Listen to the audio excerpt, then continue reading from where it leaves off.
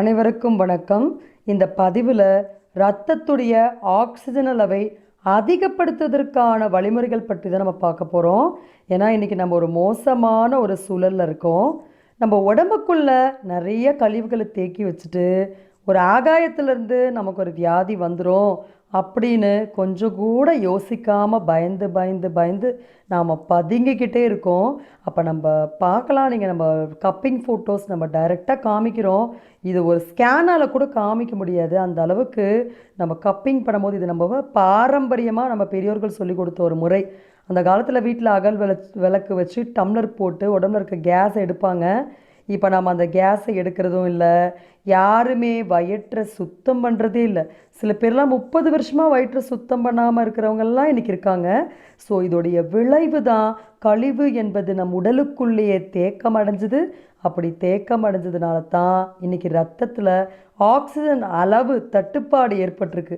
எப்படி ஒரு மண்ணுக்குள்ளே இருக்கக்கூடிய குப்பையை சாப்பிட்றதுக்காக நிறைய அந்த வைரஸ் பாக்டீரியாஸ் அதில் அந்த குப்பைகளை தின்னுதோ, அதுபோல் உடம்புக்குள்ளே இருக்கக்கூடிய குப்பைகளை தின்பதற்காகத்தான் நம்முடைய ரத்தத்தில் ஒரு வைரஸோ ஒரு பாக்டீரியாவோ ப்ரெசண்ட் ஆகிருக்கும். அப்போ நாம் அது கம்ப்ளீட்டாக நம்ம உடம்புல வந்த வேலையை செஞ்சுட்டு வெளியே போகணும் அப்படின்னா உணவு கட்டுப்பாடை தவிர ஒரு நிரந்தர தீர்வு இருக்கவே முடியாது. நாம் சாப்பிடக்கூடிய உணவு வாய் வழியாக நம்ம சாப்பிட்றோம் அப்படின்னா கண்டிப்பாக அது ஆசனவாய் வழியாக மலக்குடல் வழியாக முற்றிலுமாக வெளியேறணும். அப்போத்தான் நமக்கு கழிவுகளுடைய தேக்கம் உடம்புல ஏற்படாது. ஸோ இப்போ நம்ம இந்த பதிவில் ஒரு 5 ஸ்டெப் ப்ராசஸ் பார்க்க போகிறோம். ஆக்சிஜன் அளவை அதிகப்படுத்துவதற்கு ஒரு 5 வழிகளும், நம்ம ஆக்சிஜன் அளவு குறையாமல் இருக்க நாம் செய்யக்கூடாத 5 தவறுகள் பற்றி நம்ம பார்க்க போகிறோம். நமக்கு ஒரு ப்ரீத்திங் டிஃபிகல்ட்டி இருக்குது, இல்லை தொண்டையில் வலி, இல்லை சுவாச சம்மந்தப்பட்ட எந்த பிரச்சனை இருந்தாலும் சரி, நம்முடைய தொண்டைக்குழியில் சளி அடைச்சிட்டு இருக்குது, காய்ந்து போயிருக்கு அப்படின்னு அர்த்தம். அதற்கான கேஸஸ் பார்த்திங்கன்னா ஆசன வாயில் எப்படி ஒரு காற்றழுத்த தாழ்வு மண்டலத்தில் ஒரு அழுத்தம் இருக்குமோ அது போல் அந்த ஆசனவாய் பகுதியில் அந்த கேஸஸ் அழுத்தமாக அடைத்து கொண்டு இருக்கும். இன்னும் புரிகிற மாதிரி சொல்லணும்னா, இது நம்ம பேஷண்ட்ஸ்க்கு, மற்ற ப்ராப்ளம் இருக்கிறவங்களுக்கு, அதாவது உடம்புல வலி இருக்கிறவங்களுக்கு, சளி இருக்கிறவங்களுக்கு எல்லாம் இந்த மாதிரி கப்பிங் போடுவோம். ஸோ கப்பிங் பண்ணும் பொழுது இங்கே பார்க்கலாம் எந்த அளவுக்கு அங்கே மார்க்ஸ் வருது அப்படின்னு சொல்லி. ஸோ அப்போ அந்த கேஸஸோடைய இண்டிகேஷன் தான் அந்த மார்க்ஸ். அந்த அழுத்தமான அந்த படிமானம் அந்த அளவுக்கு உடம்புல கேஸஸ் இருக்கிறத காட்டுது. ஸோ இப்படி ஒரு உடம்புல கேஸ் அழுத்திட்டு இருந்தால் கண்டிப்பாக மூச்சு விடுவதில் சிரமம் இருக்க தான் செய்யும். அப்போ இந்த கழிவுகளை தின்பதற்காகத்தான் நம்ம உடம்புல இந்த மாதிரியான நுண்ணுயிர்கள் உருவாகி நம்ம உடம்பில் இருக்கக்கூடிய டாக்ஸின்ஸை வெளியேற்றுது. அதற்கு நாம் துணை புரிந்தால் போதும், நம்ம உடம்பில் இருக்கக்கூடிய நாற்பட்ட கழிவுகள் வெளியேறி நோயின்றி வாழ்வதற்கான ஒரு அழகான சூழ்நிலையை நாமே கிரியேட் பண்ணிக்கலாம். ஸோ இதுக்கு நம்ம எந்த கஷ்டமே பட தேவையில்லை. நாம் பண்ணிட்டு இருக்கக்கூடிய தவறுகளை நிறுத்தணும். நாம் சரியாக செய்ய வேண்டிய சில விஷயங்களை, அதுவும் முக்கியமானது எதுன்னு பார்த்தீங்கன்னா ஃபுட் கண்ட்ரோல். எந்த விதமான நோயாக இருந்தாலும் சரி, எந்த விதமான பிரச்சனையாக இருந்தாலும் சரி, நாம் சாப்பிடக்கூடிய உணவை மாற்றும் பொழுது மாற்றம் என்பது நிச்சயம். அதை மாற்றாமையே ஒரே ஒரு மருந்துலே சரியாயிடணும். ஒரு தேங்காய் பாலில் கடுக்காயை மிக்ஸ் பண்ணி குடித்தோடனே அடுத்த செகண்டு உடனே சளியெல்லாம் வெளியே போயிடும் அப்படின்னு எதிர்பார்க்கக்கூடாது. அப்போ மறுபடியும் சளி வராமல் இருக்கணும் அப்படின்னா சளியை எதெல்லாம் உண்டு பண்ணும்? ஜீரணத்திற்கு மந்தமான பொருள் எல்லாமே சளி பிடிக்கும். அப்போ நம்ம ஜீரணத்தை எவ்வளவுக்கு எவ்வளவு எளிமைப்படுத்தி கொள்கிறோமோ அவ்வளவுக்கு அளவு நம்ம உடம்புல அந்த நோய் எதிர்ப்பு ஆற்றல் அப்படிங்கிறது பெருகும். சரி, இப்போ நம்ம அதற்கான ஸ்பெஷலான 5 days டயட் பற்றி சொல்ல போகிறோம். ப்ளஸ் நாம் என்ன தவறுகள் செய்து கொண்டிருக்கிறோம், நாம் இதுக்கு ரொம்ப வருஷமாக இந்த தவறுகளை பண்ணிட்டோம், அதோடைய விளைவு தான் இப்போ நம்ம ஃபேஸ் பண்ணிகிட்ருக்கோம். அது ஒன்றுன்னா நம்ம முடிந்த அளவு குறைக்கிறதுக்கு நம்ம ட்ரை பண்ணலாம். கண்டிப்பாக அதுதான் நமக்கு ஒரு நிரந்தரமான தீர்வாக இருக்கும். சரி, என்ன மாதிரியான டோன்ட்ஸ், என்னெல்லாம் பண்ணக்கூடாது? ஏசி போட்டு 24 hours தூங்கக்கூடாது. ஸோ அப்போ சூடு அதிகமாக இருக்குது, எனக்கு தூக்கம் வரல அப்படின்னா நம்ம ஈரத்துண்டு வயிற்றில் கட்டினா ஆட்டோமேட்டிக்காக தூக்கம் வந்துடும். அதே மாதிரி நம்ம ஏற்கனவே சொன்ன மாதிரி இந்த கேஸஸ் உடம்புல அதிகமாக இருந்தால் மூளைக்கு ரத்த ஓட்டம் போகாது. அதனால தான் நமக்கு சரியான ஸ்லீப் வரல. அப்போ மூளைக்கு ரத்த ஓட்டம் போகலைன்னா நம்ம காதுகளில் அடைப்பு இருக்குது, நம்ம காதை க்ளீன் பண்ணோம். நிறைய பேர் நம்ம வீடியோவில் கூட நம்ம கமெண்ட் பார்க்குறோம், காதை க்ளீன் பண்ணால் காது அடைச்சிக்குது அப்படின்றாங்க. ரொம்ப வருஷமாக க்ளீன் பண்ணாதனால காது அந்த மாதிரி அடிச்சுக்கும். ஸோ அது ஃபங்கஸ் கிடையாது. நீங்கள் தாராளமாக இஎன்டி டாக்டர்கிட்ட போனீங்கன்னா அந்த அழுக்கை அவங்க எடுத்து விட்டுருவாங்க. அதோடு உங்களுக்கு மறுபடியும் நீங்கள் எண்ணெய் ஊற்ற வரும்போது உங்களுக்கு அடைப்பு வராது. இது ரொம்ப ரொம்ப முக்கியம். ஏன்னா காதுகள் தான் சிறுநீரகத்தோட ஒரு கண்ட்ரோல் பாயிண்ட். இப்போ காதில் இருக்கக்கூடிய துவாரத்தில் அடைப்பு இருந்ததுன்னா கண்டிப்பாக சிறுநீரகத்தால் முழுமையான வீச்சில் டாக்ஸின்ஸை சுத்தப்படுத்த முடியாது. ஓகே, அப்போ நம்ம சூடு தணிவதற்கான வழிமுறை சொல்லியாச்சு. அடுத்து இன்னும் அந்த கேஸஸ் வெளியே போகணும்னா நாம் ஏற்கனவே சொன்ன மாதிரி பாரம்பரியமாக நம்ம மூச்சு பிடிப்புக்காக நம்ம ஒவ்வொரு வீடுகள்லேயும் அகல் விளக்கு வச்சு டம்ளர் போடுவாங்க. இதில் எந்த விதமான பக்க விளைவுமே கிடையாது. 5லேருந்து 10 நிமிஷம் இந்த டம்ளரை போட்டு எடுத்தாலே அந்த கேஸஸ் குறைஞ்சிரும். ஹீட்டு குறைஞ்சாலே நல்ல ஒரு தூக்கம் வந்துடும். நல்ல ஒரு தூக்கம் வந்தாலே உடம்புல ஆக்சிஜன் லெவல் அதிகமாகிடும். ஓகே, 2வது தவறு ஸ்மோக்கிங் அண்ட் ஆல்கஹால் கன்சப்ஷன். தெரிஞ்சே நம்ம இந்த தவறு பண்ணுறவங்கள நம்ம மாற்ற முடியாது. மாற்றம் அவங்களுக்கு வந்தால் மட்டும்தான் அதற்கான பலன் அவங்களுக்கு கிடைக்கும். தெரிந்தே நம்ம உடம்புக்குள்ள கார்பன் டை ஆக்சைடை நாமளே ஒரு உணவு மாதிரி சாப்பிட்ருப்பது எந்த விதத்தில் நியாயம் அப்படின்றது அவங்க தான் புரிஞ்சுக்கணும். அடுத்து ஹெவி ஆசிட்ஸ் அண்ட் இன்செக்டிசைட்ஸ், அதாவது இந்த கொசு மருந்து, பூச்சி மருந்து ஸ்ப்ரேஸ் யூஸ் பண்ணுறது, பாத்ரூமில் ரொம்ப ஒரு அசிடிக்கான ஆசிட்ஸ் எல்லாம் யூஸ் பண்ணும் போது அதை ப்ரீத் பண்ணுறது. ஸோ இந்த மாதிரி விஷயத்தில் நம்ம கொஞ்ச நாள் கம்ப்ளீட்டாக ஸ்டாப் பண்ணிக்கணும். முதல்ல நம்ம உடம்பை சுத்தமாகணும், அதுக்கப்புறம் நம்ம புற சுத்தத்தை பற்றி நம்ம அடுத்து நம்ம கான்சென்ட்ரேட் பண்ணலாம். ஸோ அப்படி நம்ம பாத்ரூம் க்ளீன் பண்ண எவ்வளோ மைல்டான ஒரு சொல்யூஷன்ஸ் டிட்டர்ஜென்ட்ஸ் இருக்குது, அதை யூஸ் பண்ணலாம். அடுத்து intake of suppression pills. Suppression பில்ஸ்னால் நீங்கள் எதை வேணாலும் வச்சுக்கலாம். ஒரு குறுக்கு வழியில் நம்ம எந்த ஒரு பிரச்சனையும், அது பிளட் ப்ரெஷராக இருக்கட்டும், கொலஸ்ட்ராலாக இருக்கட்டும், இல்லை சுகராக இருக்கட்டும், நம்ம குறுக்கு வழியில் அதை சப்ரஸ் பண்ணுறோமோ, அது எதுவாக வேணாலும் இருக்கட்டும், அது காய்ச்சலாக இருக்கட்டும், சளியாக இருக்கட்டும், அந்த மாதிரி சப்ரஸ் பண்ணும்போது நிச்சயமாக அது ஒரு நாளில் எக்ஸ்ப்ளோசிவாக வெளியே வரும். அதை நம்ம இப்போ கண் கூட பார்த்துட்ருக்கோம். அடுத்து லாஸ்ட்டு முக்கியமான ஒரு டோன்ஸ் என்னென்னா, நம்ம பசி இல்லாமல் வயிற்றை போட்டு போட்டு ரொப்புறது. 3 வேளையும் சாலிட் ஃபுட்டை பசிக்குதோ பசிக்கலையோ எடுக்கிறது. அதுலேயும் நம்ம மோசமான உணவு பார்த்திங்கன்னா பால், முட்டை, நான்வெஜ், வீட் ப்ராடக்ட்ஸ். இந்த மாதிரி சமயத்தில் இந்த 3 பொருட்களை நாம் வாங்கி கன்சியூம் பண்ணாமல் இருந்தாலே போதும், நமக்கு ஜீரண மந்தம் அப்படின்றது ஏற்படாது. மோஷன் சிக்னஸ் இல்லைனாலே நமக்கு காய்ச்சல் வருவது முற்றிலுமாக நாம் தவிர்க்க முடியும். அடுத்து பார்த்திங்கன்னா நாம் செய்ய வேண்டிய முக்கியமான விஷயம், இப்போ ஒரு ப்ராப்ளம் இருக்குன்னா நமக்கு வந்துடும் பயப்படுறதை தாண்டி வீட்டிலிருந்து நாம் ஒரு எளிமையான ஒரு ஆயுதம் தான் இந்த உணவு கட்டுப்பாடு. ஸோ அப்போ ஒரு 5 days to 10 daysக்கான லிக்விட் டயட் நம்ம எடுத்துக்கலாம். ஸோ அப்போ நம்ம சஜஸ்ட் பண்ணக்கூடிய ஒரு எக்ஸலண்ட்டான லிக்விட் டயட்ஸ் ஒரு 10 நம்பர்ஸ் நம்ம சஜஸ்ட் பண்ணுறோம். இதில் முக்கியமானது probiotic drink. Probiotic is the only solution for treating all diseases. 1, 2, 3, 4, 5, 6 கிடையாதுங்க.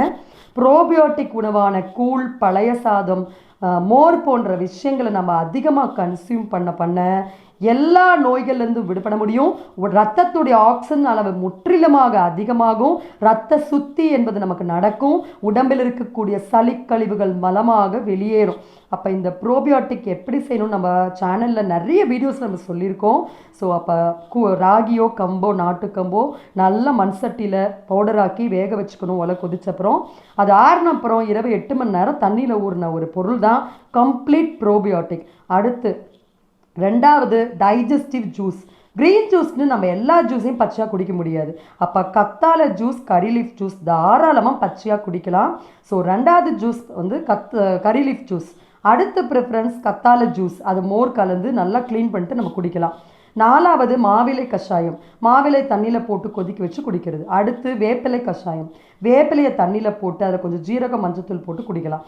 அடுத்து ரத்த உற்பத்தியை அதிகப்படுத்துறதுக்கு ட்ரை ஃபிக்ஸ் இல்லைனா ட்ரை கிரேப்ஸ், கொட்டை இருக்கிற திராட்சையை ஒரு 10லேருந்து ஒரு 20 நிமிடம் நல்லா தண்ணியில் ஊறணும். ஊறினப்புறம் இன்னும் 2 மணி நேரம் கூட நம்ம நல்லா ஊற வச்சுக்கலாம். அதை அடித்து நம்ம ஜூஸ் போட்டு குடிக்கலாம். அடுத்து புளிச்சக்கீரை, அந்த புளிச்சக்கீரை வந்து நல்ல பசியை தூண்டும், ரத்தத்தை சுத்தப்படுத்தக்கூடிய அளவுக்கு ரொம்ப ஆற்றல் வாய்ந்தது. ஸோ அப்போ அந்த புளிச்சக்கீரையை தண்ணியில் போட்டு கொதிக்க வச்சு அந்த ஒரு தண்ணி நம்ம குடிக்கலாம். அடுத்து பெஸ்ட் ஆஃப் பெஸ்ட், எதுவுமே கிடைக்கல, வீட்டில் இருக்க ஜீரகத்தை 5 ஸ்பூன் பவுடர் பண்ணி தண்ணியில் போட்டு கொதிக்க வச்சுட்டு அப்படியே குடிக்கலாம். அடுத்து சுக்கு காஃபி, இது எல்லாருக்குமே தெரியும். ஸோ இந்த சுக்கு காஃபியை அதில் சுக்கு மட்டும் கொஞ்சம் சூடு, அதை கொஞ்சம் குறைச்சி தனியாவை அதிகப்படுத்தி நாள் பூரா 4-5 முறை எடுக்கலாம். சில பேர் ஒரு நாளைக்கு 6 வாட்டி பால் கலந்த காஃபி குடிப்பாங்க. அப்புறம் ஏன் சுக்கு காஃபி குடித்தா என்ன தவறு? அப்புறம் மிக அற்புதமான எல்லா எனர்ஜி இருக்கக்கூடிய ட்ரிங்க் தான் கோகனட் வாட்டர், அதாவது இளநீ. அந்த இளநியை நாள் பூரா நம்ம பருகலாம். ஸோ இந்த லிக்விட் டயட்டில் ஒரு 5லேருந்து 10 நாள் இருந்தாலே போதும், நம்மளுடைய சளிகள் எல்லாம் கரைஞ்சிரும். இந்த சளி கரைஞ்சி வெளியேறதுக்கு நம்ம ஏற்கனவே சொன்ன மாதிரி இப்போ வேணால் நீங்கள் ஒரு மருந்து யூஸ் பண்ணிக்கலாம். ஸோ உணவு கட்டுப்பாடை போட்டுட்டு நீங்கள் எந்த மருந்து வேலை கொடுத்தாலும் அது ரெட்டிப்பாக வேலை செய்யும். ஸோ அப்போ கடுக்காய், மஞ்சள், கீழாநெல்லி, இதில் கடுக்காய் 50 கிராம், மஞ்சத்தூள் 1 ஸ்பூன், கீழாநெல்லி ஒரு 3 டேபிள் ஸ்பூன் கலந்துக்கணும். இதை மிக்ஸ் பண்ணி வச்ச இந்த பவுடர் 1 ஸ்பூன் இருந்தால் 1 ஸ்பூன் விளக்கெண்ணெய், 1 ஸ்பூன் தேன், இந்த காம்பினேஷன் தான் கம்ப்ளீட்டான குடலை சுத்தப்படுத்தக்கூடிய கிளன்சிங். ஸோ இதில் எந்த விதமான பக்க விளைவும் இல்லாமல் ஜென்ரல் ஒரு ஓடிசி ஹெர்பல் பவுடர் தான் நம்ம சொல்லியிருக்கோம். ஸோ இதை வந்து ஒரு நாளைக்கு 2லேருந்து 3 வரை எடுக்கணும். மலம் சரியாக ஒரு 3 வாட்டி உடம்பை விட்டு வெளியே போயிட்டாலே நமக்கு நல்ல சுவாசமானது ஓட ஆரம்பிச்சிடும். அடுத்து அந்த கிளன்சிங்லேயே நன்னாரி, வெட்டிவேர், இது போன்ற அற்புதமான சுத்திகரிப்பு மருந்து இருக்கவே முடியாது. உடம்புல இருக்க எல்லா உறுப்புகளையும் சுத்தம் பண்ணும். அப்போ இது ஒரு துணியில் ஒரு கட்டி மூட்டை மாதிரி பானையிலையோ செம்பு பாத்திரத்திலையோ தண்ணியில் போட்டு வச்சுட்டா அந்த தண்ணியை நாள் பூரா குடித்தா யூரினேஷன் எக்ஸலண்ட்டாக நடக்கும். அடுத்து நாம் பண்ண வேண்டிய 3வது டூஸ், நம்ம பண்ண வேண்டிய ஒரு முக்கியமான விஷயம் ஃபிசிக்கல் ஆக்டிவிட்டி இன்க்ரீஸ் பண்ணுறது. மைல்டான யோகா, ப்ரீத்திங் எக்ஸசைஸ், பிராணாயம், இதோடைய முக்கியத்துவத்தை நாம் இன்றைக்கி உணர வேண்டிய ஒரு கட்டாயத்தில் இருக்கோம். அதுவும் முடியலன்னா ஒரு வாக்கிங் போகலாம். இன்றைக்கி வாக்கிங் வெளியே போக முடியாத சூழல் இருந்தால் நம்ம வீட்டு மொட்டை மாடியில் போகலாம், வீட்டுக்குள்ளே போகலாம். ஸோ அதுவும் என்னால் பண்ண முடியாது அப்படிங்கிறவங்க ஆக்சிஜன் அளவை அதிகரிக்க ஒரு சுலபமான வழி அந்த மண் குளியல் இல்லை எண்ணெய் குளியல் எடுக்கிறது. எண்ணெய் குளியல் எடுக்கும்போது எல்லா நரம்புகளில் இருக்கக்கூடிய கேஸஸும் மெல்ட் ஆகும். ஸோ அப்போ ஆட்டோமேட்டிக்காக நமக்கு பாடியில் பிளட் சர்க்குலேஷனும் ஆக்சிஜன் சப்ளை அதிகமாகும். அதே போல் மண் குளியல் எடுக்கும்போது நம்ம உடம்புக்கு தேவையான எல்லா எனர்ஜியும் சப்ளை ஆகும். ஸோ இமீடியட்டாக ஆக்சிஜன் நமக்கு கிடைக்கும். எப்படி ஒரு மண்ணிலிருந்து அவ்வளோ பெரிய மரங்கள், இன்றைக்கி நமக்கு வாழ்வாதாரமே அதுதான். ஸோ அப்போ நம்ம உடம்புல அது படும் பொழுது நமக்கு அந்த புத்துணர்ச்சி கிடைப்பது நிச்சயம். இன்னும் இதுவும் என்னால் முடியாது அப்படின்னா ஒரு ஆலமரம் இருந்தால் போதும். அந்த ஆலமரத்துக்கு அடியில் 10 நிமிஷம் உட்காந்து ஆசனவாய் அதை ஒரு 20 வாட்டி உள்ளே சுருக்கி வெளியே எடுத்தால் போதும். அதை அங்கே இருக்கக்கூடிய எல்லா ஆக்சிஜனும் நம்ம அழகாக கன்சியூம் பண்ணிட்டு வீட்டுக்கு வந்துட்டே இருக்கலாம். ஸோ இதெல்லாம் ஒரு எக்ஸலண்ட்டான ஈஸியான ப்ரொசீஜர். வெளியே போக முடியாத சூழல் இருந்தால் வீட்டுக்குள்ளே நம்ம பண்ணலாம். ஸோ அப்போ வீட்டுக்குள்ளே இருந்தும் எக்ஸலண்ட்டாக நம்ம உடம்பை நாமே சரி செய்து கொள்ளக்கூடிய எளிமையான வழிமுறைகள் பற்றி தான் இப்போ நம்ம இவ்வளோ சொல்லியிருக்கோம். இன்னும் இந்த காய்ச்சலும், சளி, உடம்பு வலி, தொண்டை வலி, இந்த மூச்சுத்திறல் குறைவதற்கான ஒரு கஷாயம் பற்றி பார்த்துடலாம். அமுக்ரா சூர்ணம் 50 கிராம் எடுத்துக்கணும். திப்பிலி, மிளகு, சித்திரத்தை, அதிமதுரம், மஞ்சள் ஒவ்வொன்றும் ஒவ்வொரு ஸ்பூன். டோட்டலாக இந்த 5 ஸ்பூனு 50 கிராமில் கலந்து 1லேருந்து 2 ஸ்பூனு 1 லிட்டர் தண்ணியில் போட்டு நல்லா கொதிக்க விட்டு வடிகட்டி வச்சுக்கணும். இதை நாள் பூரா ஒவ்வொரு கப் குடிச்சிட்டே வரணும்.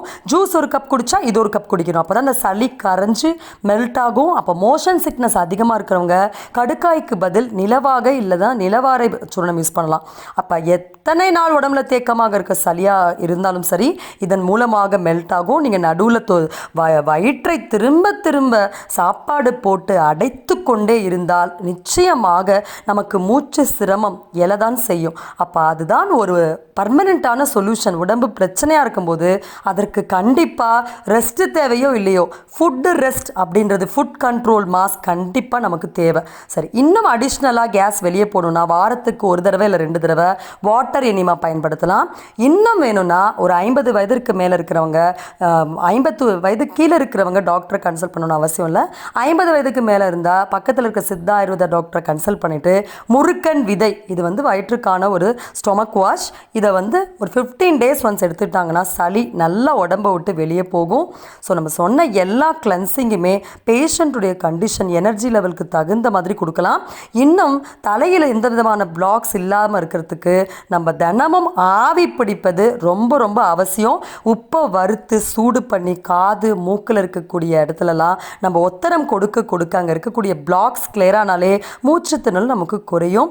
ஆவி பிடிக்கும் போது நமக்கு நொச்சித்தலை, நுணா இலை, கோடாரி தைலம் போன்றவற்றை அதிகமாக பயன்படுத்தி ஒரு நாளைக்கு 1-2 தடவை ஆவி பிடிக்கணும். மஞ்சள் எல்லாத்துலேயும் நம்ம அதிகமாக பயன்படுத்தணும், எல்லா ஜூஸஸ்லேயும்.